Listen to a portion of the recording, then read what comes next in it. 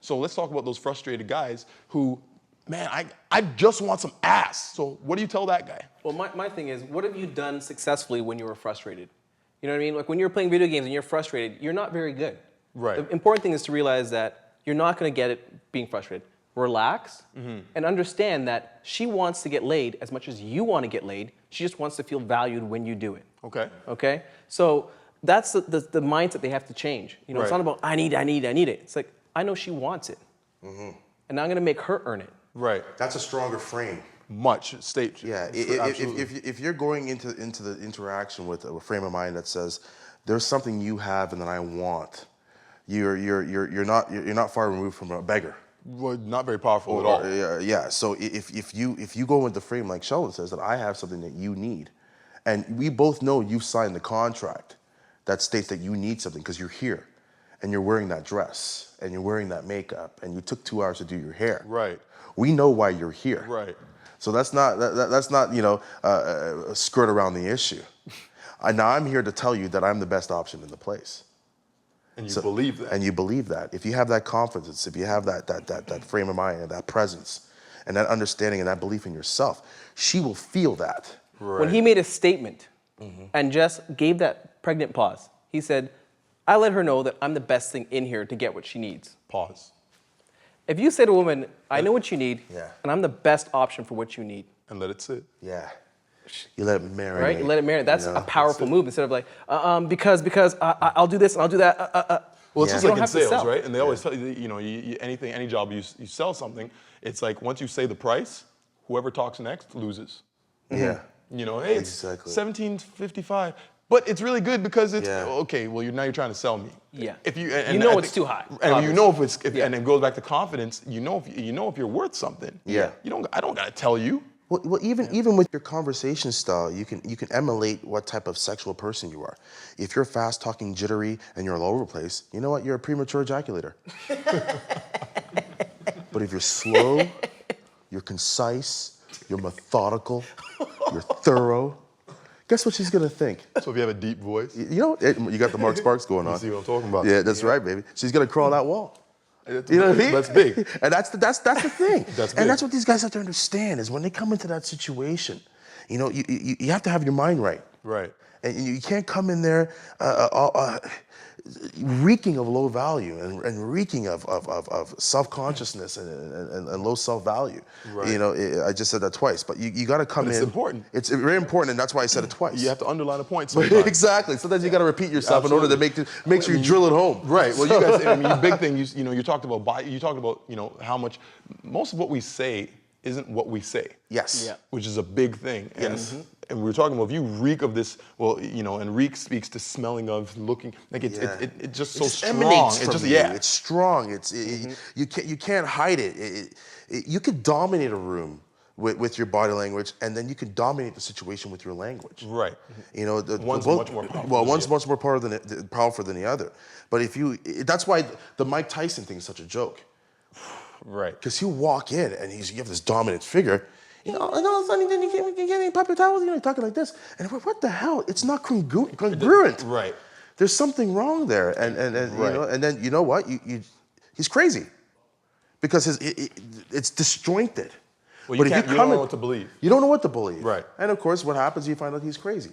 But if you come in and you have a strong body language, sorry, Mike, I was like that. I don't want to get punched out like that guy did in The Hangover. So, but if you come in with a strong body presence and you have the delivery that's congruent with that presence, then you're competent is what you are. Right. Powerful is what you'll be. I And wanna talk successful about success is what you will have. Right. And we talk about, because, Chris, you were talking about hobbies. You were like, you look at these guys and you're like, you don't have anything you like.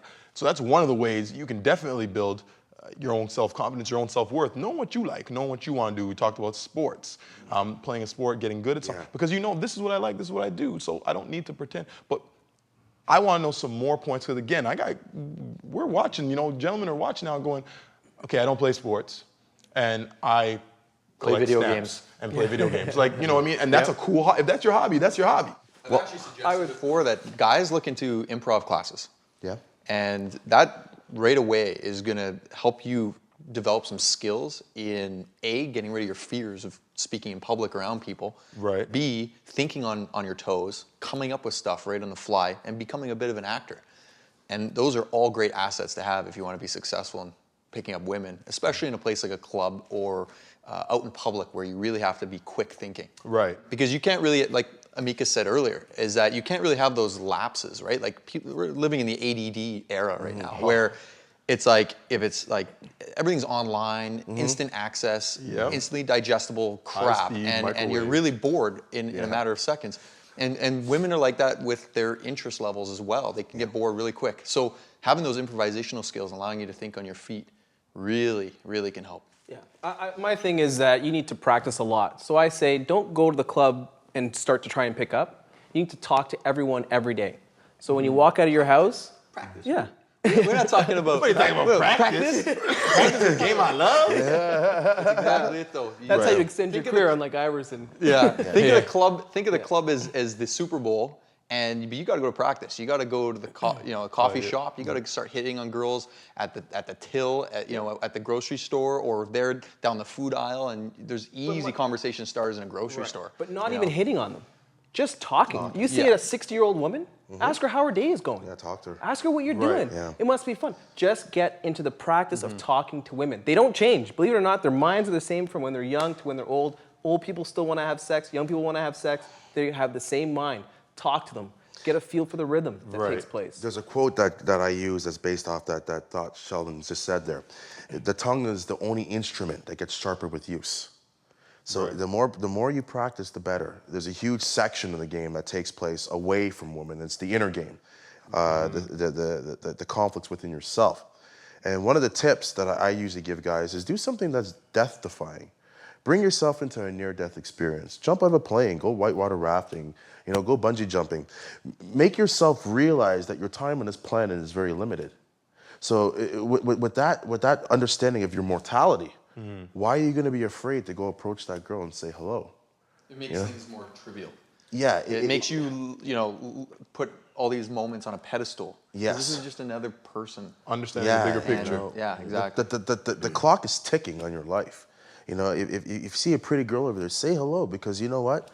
Pretty soon you're going to be on your deathbed and you're going to wish that you did say hello to every pretty girl that you ever saw. Right. So I think for guys out there, get out there and live your life and have fun and meet people and just go at it hard, because we're only on this planet. We're only on this planet for so long. Wow. Yeah. Share. Share. Oh boy, I thought of a quote or discussion point we had, and it's, you never really regret the girls you didn't sleep with. You know what I mean? Like you kind of You don't regret the girls you slept with? you regret the ones that you passed up. You know what I mean? That's what really bothers you when you kind of look back. You're like, that girl was so hot. Why did I pass her for again? Yeah. Right. But that goes into another sort of. But you don't have any regrets on the girls you did sleep I with? never have a regret. Never. Not one? Not one. That's strong, though. You know what? Because I always, the big thing is there's no such thing as failure, only opportunities to learn. Yes. You know what I mean? Life class is always in session. Yes. So, and that's a big thing and so regret is something that you look at, and I think it's like, even when you don't talk to the girl and you go, oh man, I regret that. Well, let's stop regretting it, because that's in the past. Let's start saying, man, I didn't talk to that girl and I wanted to. Why? Well, because I wanted to get to know her, to be with her, sleep with her, X, Y, Z. Yeah. Yep. Okay, so what am I gonna do next time? Because as long as I sit in that pain, I'm never gonna move forward. Yeah. And that's, so I totally agree with that. It bothers me more when I have to wonder what could have been. Right. What would it have been like if I had done something? So I just do it. And if it works out, it works out. If it doesn't, I have no regrets. I know what happened there. Find value in every situation. Even if it's a situation of where the results didn't pan out to what you wanted them to be.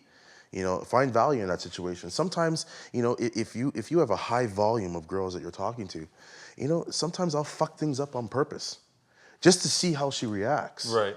And that's coming into the idea that I'm a coach now. Right, And, well, you're learning. you grab a girl's That's a high level number, of learning. and then you call her. You get her number at 2:00 in the morning, and you call her at 3:30 in the morning, just to see how she reacts to that phone call. And then you breathe deeply into the phone. All things I wouldn't recommend that you do, but you do it for the hell of it. Let's right? see what Who happens. cares? Right. Throw it against the wall, see what happens. You know what I mean? When you get to that point in your life where you're so comfortable in your own skin, you know, and you're able to just do things and always find humor and value in them, you know, your inner game is strong. Right. And that's the big thing for a lot of the guys out there who want to be successful at game, who want to be successful in Keys to the VIP, who want to be successful in life and business. Right.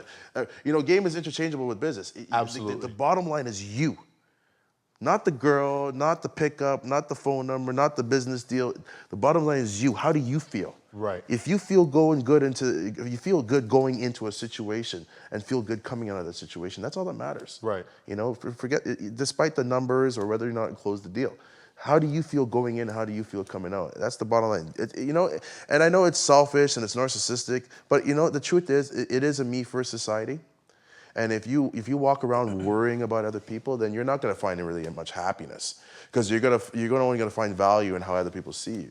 You got to see yourself positively first if you want any success. That's a better frame to go with. Well, these people talk. I mean, we talk about selfishness and this and that and narcissism, but let's be very honest about life. Yeah. If I don't take care of me, Yes. I can't take care of anybody else.